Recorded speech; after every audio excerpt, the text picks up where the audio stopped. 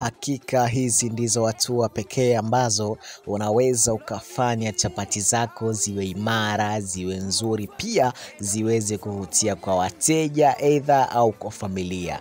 Sikiliza kuanzia hatua moja moja then again materials. Yeah, it is a BMTV, ni mimi Bravest Ndosi, welcome.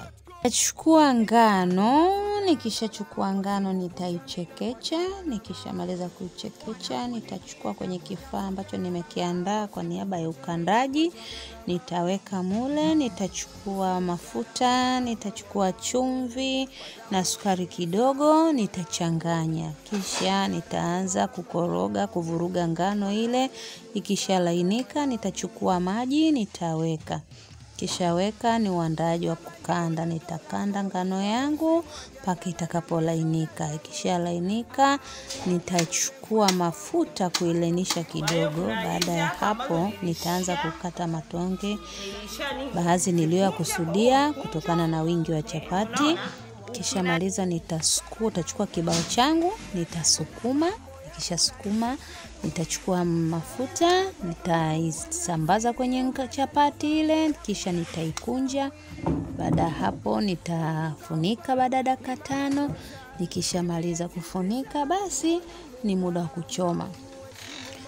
Kuanza kuchukua kikalai changu, nitabandika jikoni kama nitaandaa kupikia gesi, kama ni mkaa, vyote sawa.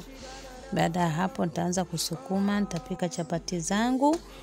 Basi nikishamaliza kuivisha, nitaziandaa kama ni kwa chapati na supu, sawa, chai maziwa, chai rangi, chapati kwa maharage, vyote vinaenda. Ni chapati laini mno. Endapo utaipata basi, endapo utapata ufundi kwa kutumia maelezo yangu, basi utakuwa umejipatia biashara. Kama utatamani kuwa mjasiriamali wa chapati ama kwa niaba ya nyumbani, basi utakuwa hujakosea. Hakika naamini utakuwa umeweza kusikiliza kwa umakini pia na kujua namna gani ambavyo unaweza ukapika chapati zako zikawa nzuri kwa familia, pia zikawa nzuri kwa wateja wako. Chapati hizi hazichagui bana, unaweza ukachukua za kumalage ama supu, hazichagui sehemu yote. Unakaribishwa ni hapa BMTV Online, na mimi ni Bravest Ndosi. We out here.